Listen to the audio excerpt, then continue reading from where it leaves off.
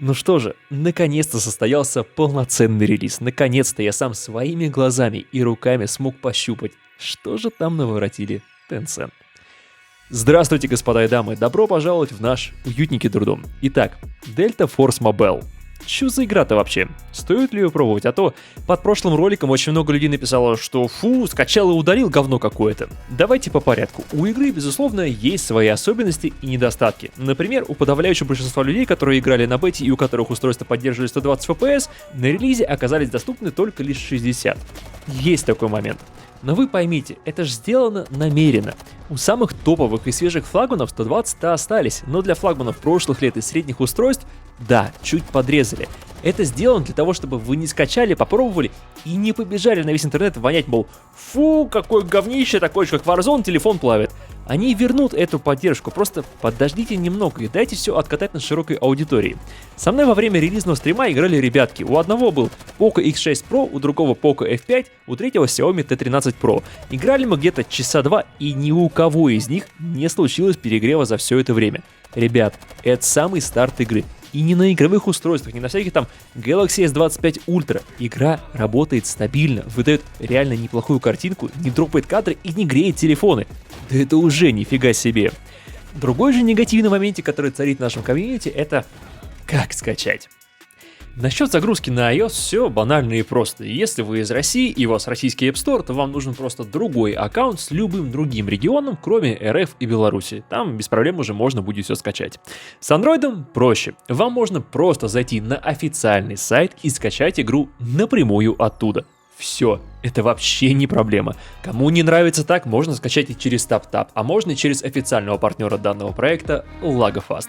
В нем можно найти Delta Force и скачать АПК напрямую к себе на смартфон. Для устройственной операционки Xiaomi нужно будет еще дополнительно сделать вот это, для всех остальных простая загрузка и вперед в игру.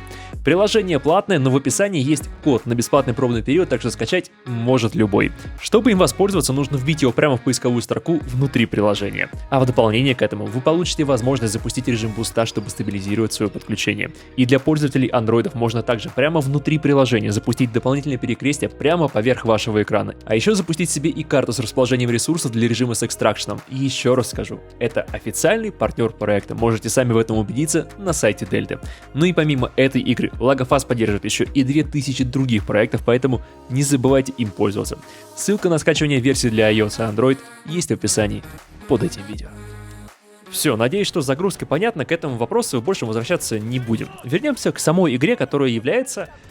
Я не буду использовать слово «шедевр», назовем ее «очень хорошей». Почему эта игра хороша? Давайте начнем с режимов.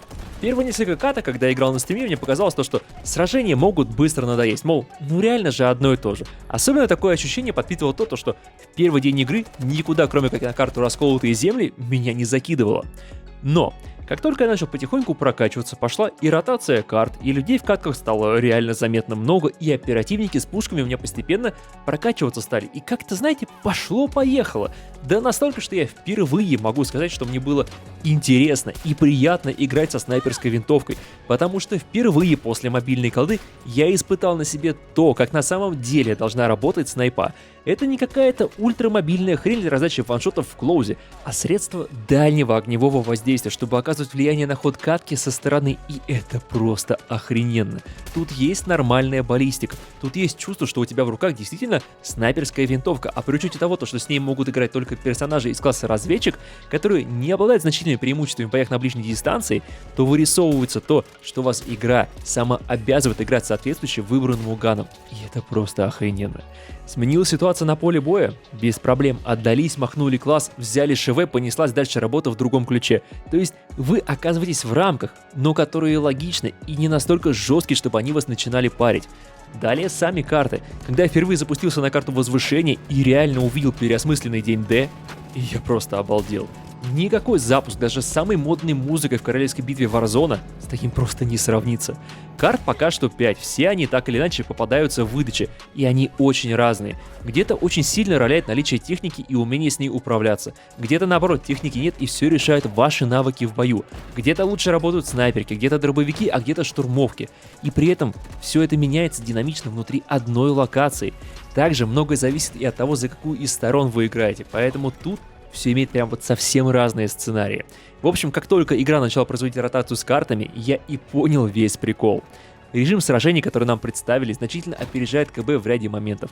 КБ, чье бы оно ни было, имеет меньше событий, требует больше времени на полутаться, больше на побегать, поискать файты, ну и, естественно, сидеть до топ-1 где-то в углу. Это все неплохо, это своя специфика, но КБ нам уже так-то хватает, а сражение это что-то новое для мобилок, и оно прикольное. Другая песня — это операции. И вот это, как мне кажется, будет тот самый режим, в котором я очень конкретно залипну, потому что это реально затягивает. Этот симулятор хомяка, где вам нужно таскать к себе в норку всякие ништяки, одновременно умудряется держать вас в напряжении и в умиротворении. Здесь не так много всего мельчит перед глазами, оно неспешное, ходишь, лутаешься спокойно, никакого напряга, если ты сам в него не лезешь. Но в отличие от той же арены, где будет все примерно то же самое, тут нету такой духоты. Мне нравится режим экстракшена, но играть в него в арене я просто не могу. Меня реально калят вещи, которыми я не хочу заниматься, но которые игра меня обязывает делать. Я не хочу поштучно вкидывать патроны после каждой смены магазина. Да и я и не хочу набор этих магазинов с собой таскать, чтобы было чем перезаряжаться. А тут все именно так, как я бы и хотел, чтобы оно было. У меня есть моя пушка и есть патроны в рюкзаке. Надо мне перезарядиться, херак, и патроны уже там, где мне надо. Реализм — это, конечно, все круто, но в игре я хочу, чтобы все-таки было менее запаристо, и некоторые вещи списывались на игровые условности, и здесь вот именно так. К тому же, здесь есть ноки, и можно даже поднять не только нокнутых тиммейтов, но и совсем уставших, как я вот в этом моменте. Но обидно ж наблюдать до конца игры за тем, как моя команда затащила файт, в котором я откис без возможности вернуться. Здесь такую возможность предусмотрели. Да, оно более казуальное, но оно более лояльное к пользователю. К тому же сейф. В отличие от арены, где он доступен только платно, здесь хоть и маленький, но бесплатный сейф есть всегда, чтобы, найдя красный предмет, вы могли его спрятать и быть уверенным, что он не пропадет. И это, кстати, мне помогло, потому что в этой катке я опоздал на точку эвакуации буквально на 2 секунды. Но тем не менее, свой красный RTX я не потерял. То есть режим сохранил все характерные черты жанра, убрал духоту и ненужные заморочки, и просто стоит с распростертыми объятиями, ждет, пока ты сюда зайдешь. Я не совру, если скажу, что впервые со мной такое случилось, то что я из катки в катку хотел снова и снова запускаться, потому что реально интересно играть. И файты нормальные, в меру динамичные, и задания прям по ходу катки можно принять, чтобы дополнительные монеты залутать. Я реально кайфанул от режима. Очень интересно изучить другие карты, посмотреть, что тут вообще есть, и это идеальное место для того, чтобы поболтать с друзьями, которые живут далеко, но чтобы параллельно чем-то можно было заниматься на фоне. Но режимы — это вкусовщина. Будем откровенны. Мне, допустим, ок, но вам может быть и наоборот, и это нормально, мы все разные. Но есть такие тонкости, такие мелочи, которые с первого взгляда даже незаметны, но которые очень многое говорят об уровне проработки проекта. Начнем с малого. Когда мы комплектуем сборки, то нам абсолютно наглядно отображаются характеристики, которые мы изменим, установив данный обвес. Да, нужно сделать дополнительный клик, но вам зато отобразятся конкретные цифры, которые вы меняете. Вам не придется ориентироваться на ощупь, пытаясь понять, что же именно вы там накрутили. Качаете, допустим, эргономику и такие: а что это такое вообще? Тыкнули, прочитали, все понятно.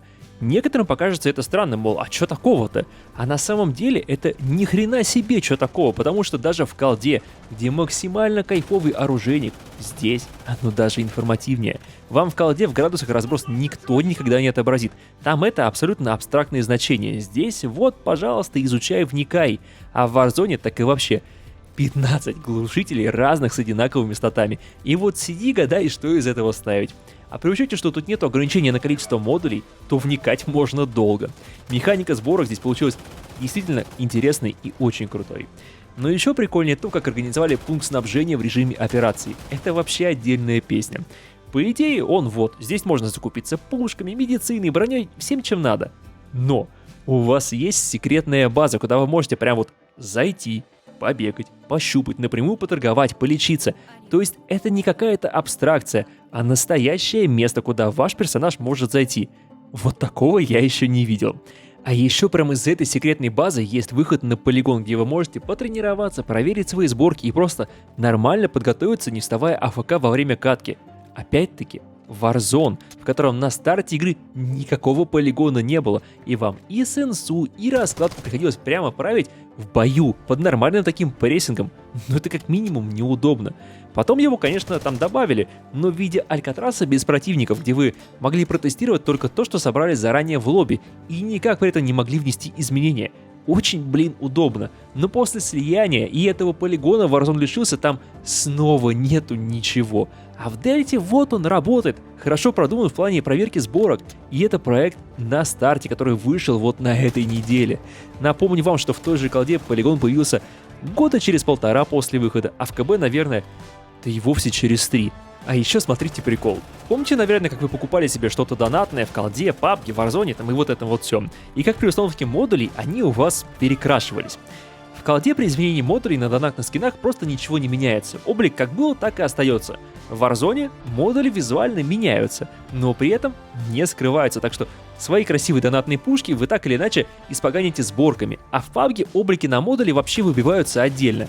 Здесь же, вот вы получили скин, даже зеленого качества. Когда вы начинаете его собирать, то все модули у вас будут в его стилистике, они не будут выглядеть вот так. Просто представьте, насколько с душой здесь подошли к созданию всего этого.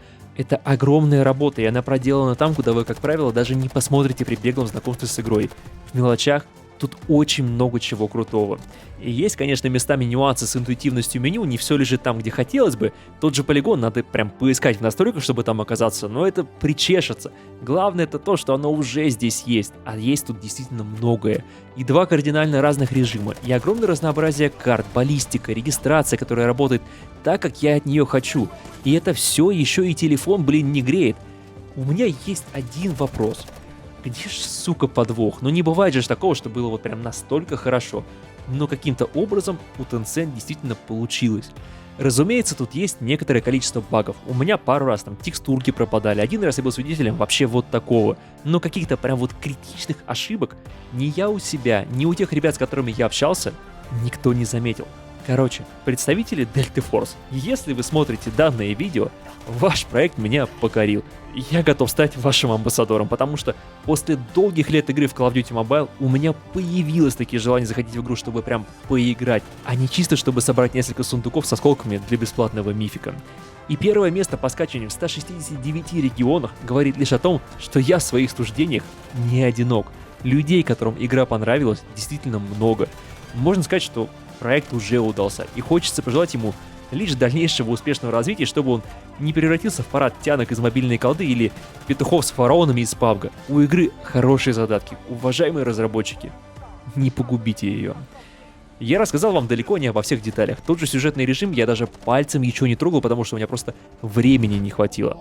Но не переживайте, и его мы как-нибудь с вами тоже пройдем, разберем, так что подписывайтесь на канал, чтобы не потеряться. И спасибо вам большое за просмотр, а также отдельная благодарность парням с Boosty за то, что ходили со мной в катке, помогли записать геймплей и поделились своим личным опытом игры с разных девайсов. И если вы хотите к ним присоединиться и поддержать мой проект, то ссылка есть в описании. Ну а на этом на сегодня все. Это был Командос. Пока.